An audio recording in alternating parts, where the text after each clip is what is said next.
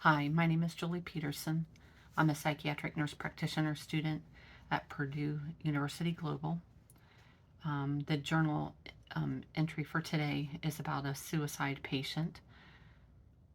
My preceptor and I were in the um, crisis stabilization unit, and there are several patients in there that come in crisis.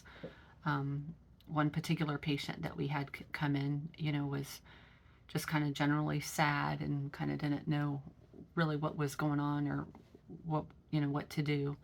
I think sometimes the stabilization unit makes people a little bit more nervous when they come in because they do lose the control over themselves, about what they, can eat and drink and, go to sleep and such. So um, when we saw the patient, they had, wanted to, kill themselves, but um, they hadn't actually done anything that required them to be in the hospital. So that was a good thing. But just listening to someone, talk about wanting to kill themselves or thinking that they would be better off dead, that nobody would notice and no one would care, it's just really kind of hard to hear that, that someone just feels that way. I think that a lot of times, we could be a little hard on ourselves, and sometimes we could be a little hard on other people too, that we don't understand what's going on in their life. Maybe a little judgmental just watching someone, go down the hallway or see them in the elevator. But I think, a kind smile always goes a long way.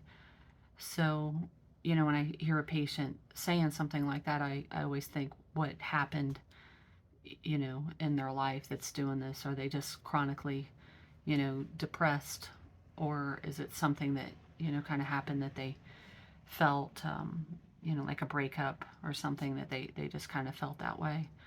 But this patient that we had seen had, chronic mental health issues, and, perhaps they were attention seeking, which is why they didn't actually use the lethal means. But they, continue to express, why would I want to be here? No one really cares. So, I mean, you try to ask them, like, do you have value? Do you have any goals? Tell me three great things about you. Sometimes they're a little puzzled by that when you ask them, name three of your, good qualities. Usually they can kind of come up with one, in a minute, and then they just kind of start flowing and they say more is what I've seen. Um, but the patient was able to express something, and then they have a tendency that they really want to live for their family. Usually it's like a grandbaby or um, a sibling or someone that they feel that they're more of the caretaker in. So it just really, just distresses me when I hear that. And the situations when I feel helpless or in need of additional training to aid the client, I really look to my preceptor. Um, she seems to kind of know about the point where I would be, stuck. Um, so she, goes ahead and, jumps in and will say something, in any of the conversations I've had with patients.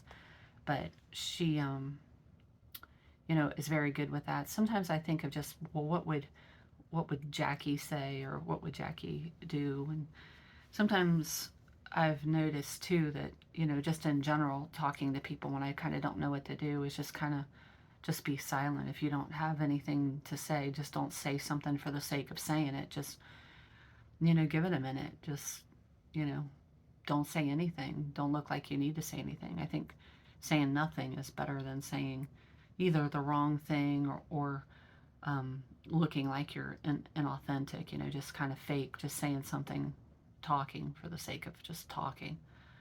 So, um, when I think of, the additional training, I just think, more reading of the books, would help me, and just more experience, kind of more paying attention to what some other, you know, people I've seen in similar situations would do, or I just try to think of how I would want someone to respond to me.